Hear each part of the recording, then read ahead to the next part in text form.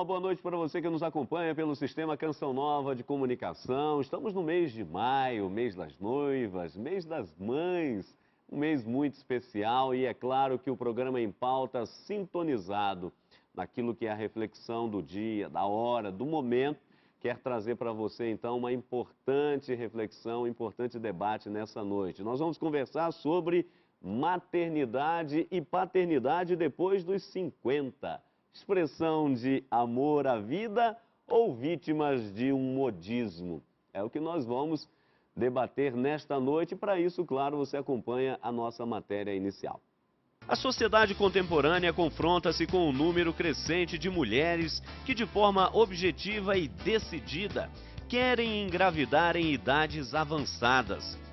A par das possibilidades tecnológicas e científicas que permitem uma mulher com mais de 35 anos engravidar, cresce também o número de mulheres com idade mais avançada, entre 40 e 50 anos, para as quais a gravidez se torna progressiva e naturalmente impraticável. Antigamente, a mulher que tinha filhos com idade mais avançada provinha geralmente das classes menos favorecidas, sobretudo porque não se fazia a prevenção nem se preocupava com o planejamento familiar. Nesse contexto, os especialistas chamam a atenção para a existência de uma centena de mulheres com idades próximas aos 60 anos que querem ser mães. Para isso, recorrendo à implantação artificial. Os médicos reconhecem que é um problema ético complicado. Há o direito à reprodução, que toda mulher tem, mas depois há que encontrar limites, até para evitar dificuldades aos filhos perante o envelhecimento dos pais, que já têm menos oportunidade de planejar o futuro. Maternidade e paternidade depois dos 50. Expressão de amor à vida ou vítimas de um modismo? No Em Pauta desta noite. Tá aí, para você ter uma noção do que vamos conversar nessa noite, diretamente aqui dos nossos estúdios em Belo Horizonte. Estamos aqui na Avenida Isabel Bueno, número 400, no Jaraguá, e tendo, claro, a companhia permanente aqui no nosso programa do nosso querido Frei Antônio Moser, diretor-presidente da Editora Voz e também doutor em teologia. Boa noite, Frei Moser. Está aí um tema, de fato, suave, terno, como é próprio desse mês. Muito boa noite, Padre Hamilton. Boa noite aos nossos telespectadores. Eu acho que tem gente que se pergunta, depois dos 50, por que não depois dos 70, não é? Porque já viu, né? Mas, de qualquer forma, é um tema da atualidade e vai se colocando e nós devemos levantar as questões. Não se trata de você querer condenar ou justificar, mas levar à reflexão, como é próprio dos nossos programas. Nós não damos soluções, nós levantamos questões para que as pessoas saibam se posicionar melhor diante dessas questões. Tá certo. E para isso, estamos bem assessorados, não é? Graças a Deus, temos sempre a presença de especialistas que nos ajudam e muito na reflexão, no debate, e isso é muito importante. Por isso, temos aqui, pela primeira vez no nosso programa, o doutor Orestes Diniz Neto. Ele é doutor em psicologia, com ênfase em psicoterapia, abordagem sistêmica, família e casal. Atualmente, ele leciona no Departamento de Psicologia da Universidade Federal de Minas Gerais. Doutor Orestes, boa noite, seja muito bem-vindo ao nosso programa. Muito obrigado pelo convite, prazer estar aqui.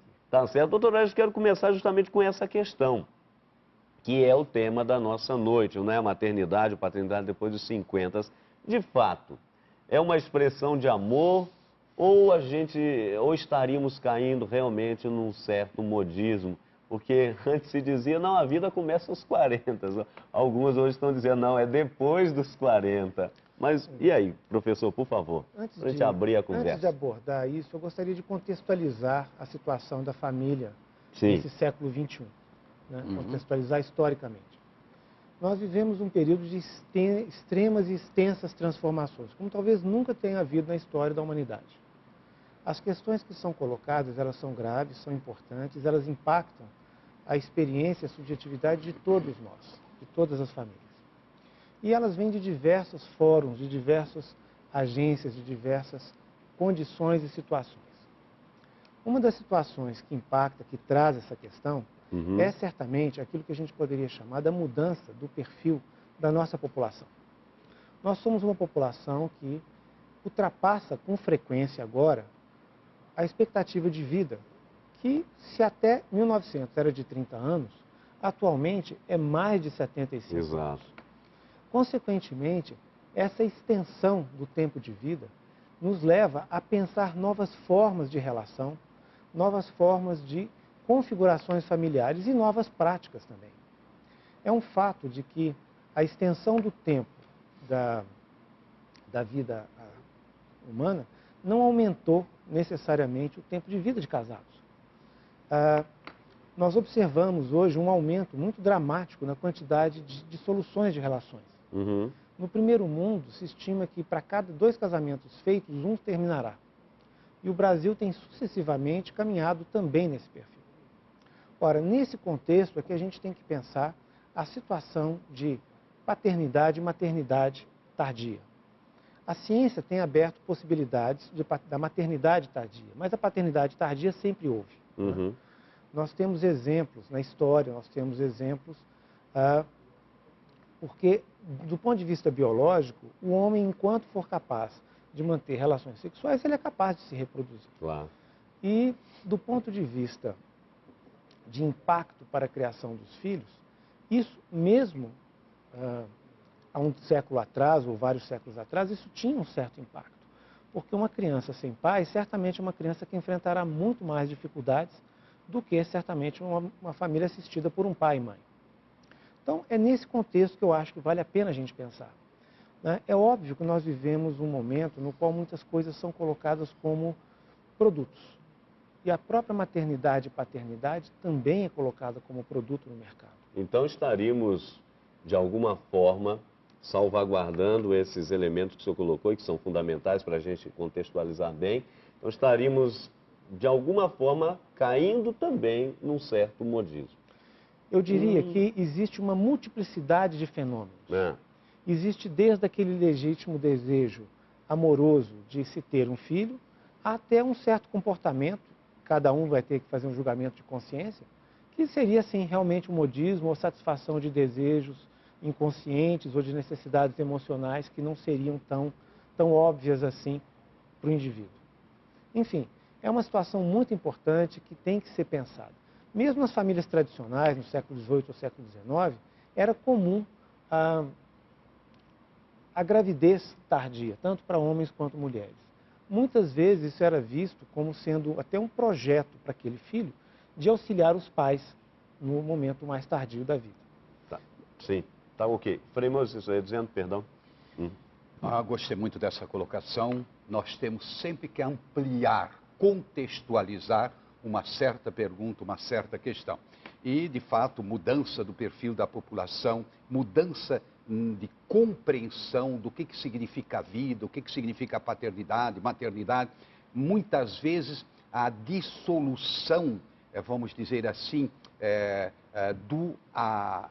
da responsabilidade para com as gerações futuras, ou seja, o senhor colocou bem, existem motivações diferentes, mas muitas vezes até um certo egoísmo. Bom, eu tenho direito, portanto, eu vou querer ter um filho, né, como produto. O senhor usou essa palavra produto, psicólogo, né, quando usa a palavra produto, a gente já sabe, né?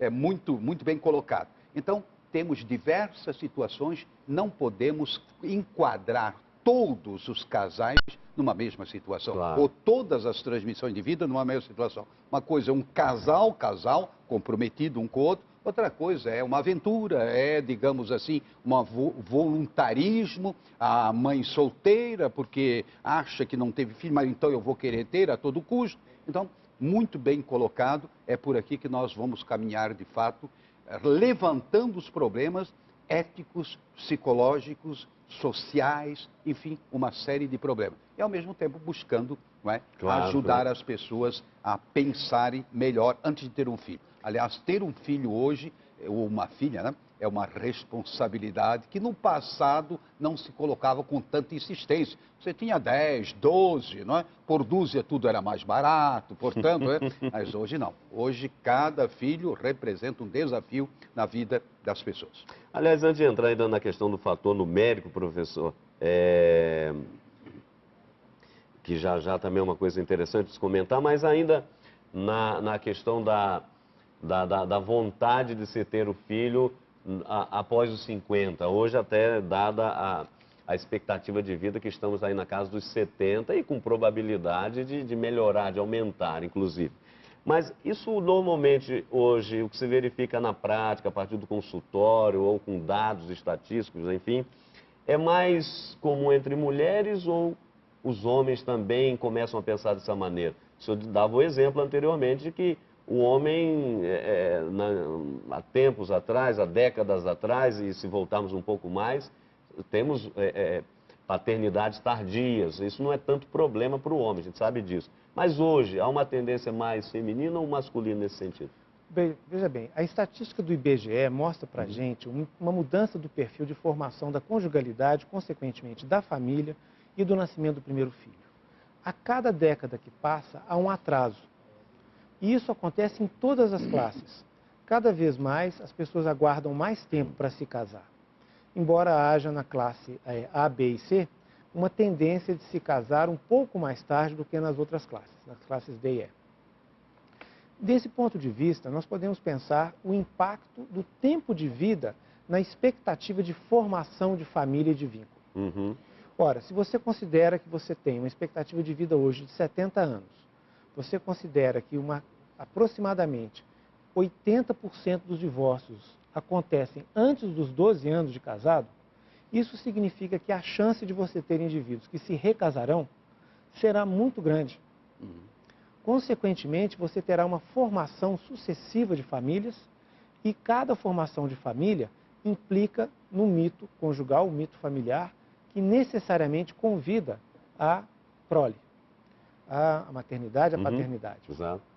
Então, você tem muitas vezes hoje a criação daquilo que é chamada família política.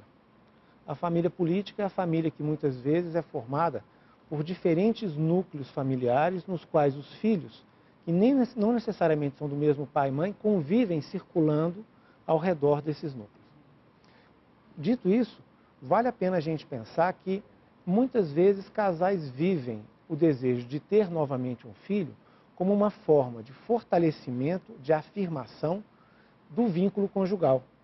Que isso acontece de uma forma inconsciente, de uma certa forma de produção do mito social. O que de fato não é verdade, porque filho não segura casamento nem relação. Não é? Mas cria essa situação, onde cada vez mais nós temos famílias que são múltiplas nas suas configurações. É o que é característico do período que hoje em dia a gente chama de pós-modernidade. A multiplicidade. Temos famílias tradicionais, patriarcais, famílias igualitárias e famílias que são famílias pós-modernas, marcadas por todos esses vieses. Pois é. O que, Frei Moça? Não, eu estou gostando muito. Né? Quer dizer, você já vai abrindo de novo mais o leque, mais o leque. Você vai percebendo, vamos dizer, que os problemas são muito complicados. Claro. Atrás de uma pergunta você encontra uma série de possibilidades, mas sobretudo uma série de obrigatoriedade de você olhar com cuidado, analisar bem, ver situação por situação, como se configura essa família, esse casal, a sua psicologia, a sua biologia, ou seja, muitos elementos ao mesmo tempo para dizer, bom, eu concordo com isso ou eu não me sinto à vontade com essa tese.